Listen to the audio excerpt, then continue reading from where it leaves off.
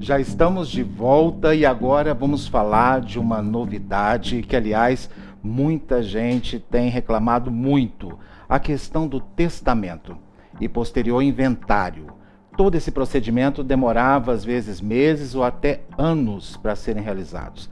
E quem não era beneficiado com isso? Claro, os herdeiros diretos e também indiretos. Mas hoje nós temos uma boa notícia para vocês.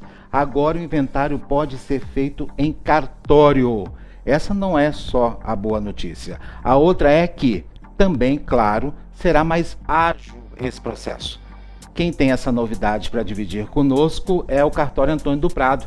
Estou recebendo aqui o senhor Antônio do Prado e a Fernanda, mais uma vez no programa. Sejam bem-vindos, mais uma vez. Tudo bem com o senhor, né, senhor Antônio? Tudo bem, muito obrigado. Tudo bem, Fernanda? Tudo bom? Essa é uma boa notícia. Sim, não deixa de ser uma boa notícia, né? É porque realmente as pessoas reclamam muito. Ainda não tive essa experiência da questão do inventário, testamento, né? Eu diretamente, mas a minha mãe teve, né? Os pais falecidos, 5 irmãos, e tiveram que fazer um inventário. Senhor Antônio do Prado, o que é aquilo? Demorou quase 5 anos. 5 anos para fazer um inventário. Eu falei, gente, isso aí E outra, o desgaste desse processo, né? Agora pode ser feito isso no cartório? Sim, para beneficiar dessa lei,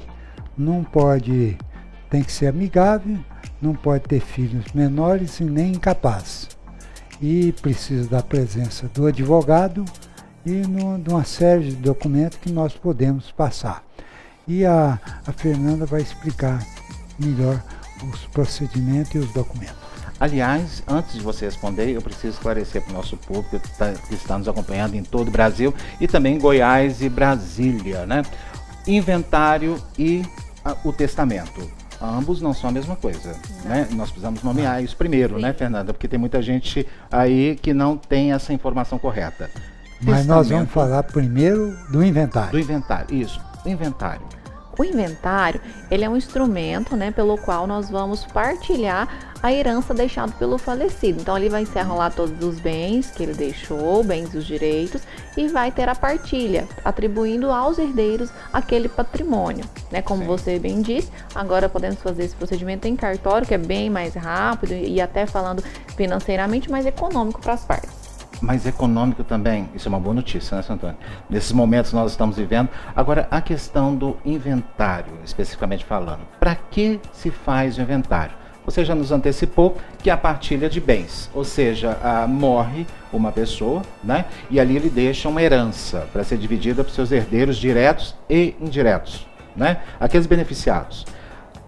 Para as pessoas terem acesso a essa herança, tem que ser feito um inventário. Isso É um mesmo. documento legal. Isso Legal. mesmo, porque o inventário é um instrumento que vai retirar a propriedade do nome do falecido, né? E passar para o nome dos herdeiros. E Fernanda, depois da morte tem um prazo? É importante esse Muito boa prazo. pergunta. A lei determina, né, que após os 60 dias de falecimento, quando os herdeiros vão requerer a avaliação do patrimônio perante o órgão estadual, que é a AGENFA, Secretaria da Fazenda, se houver, né, mais de 60 dias do falecimento, pode ser cobrada uma multa sobre o valor do monte. Eu não sabia. Isso. Então é 60 dias após o falecimento, já tem que dar entrada no inventário? Isso mesmo, tem que dar esse início, que é o quê? O advogado vai fazer a petição, né? Juntar a documentação e protocolar o pedido de avaliação do patrimônio. Eu não sei se você vai saber me responder, ou talvez o senhor Antônio possa nos dar uma ideia. Por que demorava tanto o inventário, senhor Antônio? Não, é que não demorava, porque o que acontecia na justiça, eles são muito avalanche de serviço, fica sobrecarregado. Tá. Não é o inventário em si, são outras ações. E o cartório é especificamente para inventário só, né? Então veio facilitar. Pois é, me fala agora dessa novidade, tá todo mundo querendo saber detalhes, né? O cartório agora pode fazer o inventário. Sim. E agora? Dessa forma, com o cartório fazendo o inventário e a partilha, as partes ganham tempo. Por exemplo, depois que a AGENFA avaliou esse patrimônio, que é em média uns 30 dias para avaliar, o advogado reúne a documentação, bem como a guia do ITCD, que é o Imposto Causa Mortes, e leva ao cartório. O cartório faz o procedimento, que é a escritura pública de inventário e partilha, e as partes podem assinar no máximo dentro de 2, 3 dias já está disponível para fazer a lavratura do inventário. Então é bem rápido. Muito ágil. Muito. Né? E Fernanda, e parece que não podia fazer quando tinha o testamento. E agora tem um provimento da corregedoria. Qual é esse provimento? Isso mesmo, bem lembrado. Antes, pergunta. os inventários onde o falecido haveria deixado testamento, os cartórios não poderiam fazer de forma alguma, então deveria ir para a via judicial.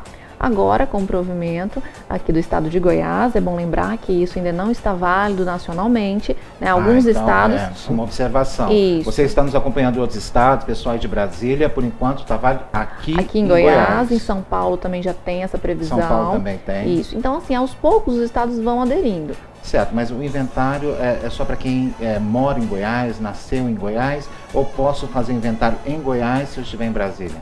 Em regra, o inventário deve ser feito, né, no local do último domicílio do falecido. Ah, tá. Correto? Tá, Então, isso tudo vai ser analisado. Essa certidão de testamento, onde nós vamos saber se a pessoa deixou ou não deixou testamento também, o próprio cartório solicita, que é uma busca nacional. E havendo testamento, o que o advogado vai fazer? Solicitar a validação do testamento judicial. E depois dessa validação, o cartório vai poder proceder com o inventário. Aí está apto para fazer em cartório. Uma pergunta, uma questão inclusive até é uma dúvida pessoal. Todo mundo após a morte deve ser feito o inventário? Ou somente aquelas pessoas que têm o patrimônio físico? São casas. Quando a gente fala inventário, acredito que a maioria de vocês também remetem para essa ideia, né? Inventário significa o grande espólio, ou seja, vários patrimônios, tem herança vasta, né? Então somente aquelas pessoas precisam fazer. O Tancredo, inclusive sem bens, pode fazer um inventário negativo. Ah, eu não sabia. Sim. E para que funciona o inventário Negativo. nesse sentido? O inventário negativo, Tancredo, ele é utilizado quando, por exemplo, o viúvo precisa se casar novamente e nesse casamento ele tem que comprovar que do relacionamento anterior não tinha bens a partilhar. Então, ao montar o processo de habilitação desse novo casamento, vai ser solicitado para ele o inventário negativo. Se o falecido marido deixou bens, vai ser feito o inventário comum e a partilha. E caso não tenha deixado, o inventário negativo, para comprovar que aquela pessoa que faleceu não deixou bens. Isso é importante, né, senhor Antônio? Muito Ter a importante. coisa tudo legalizada, Tudo né? legalizado. Porque às vezes depois a família nem sabe que tinha um patrimônio e aparece, né? Isso mesmo. No caso de menor incapaz, pode ser feito também, ou lá no cartório, tem algum problema com Não, relação a isso? menor e incapaz é só via judicial.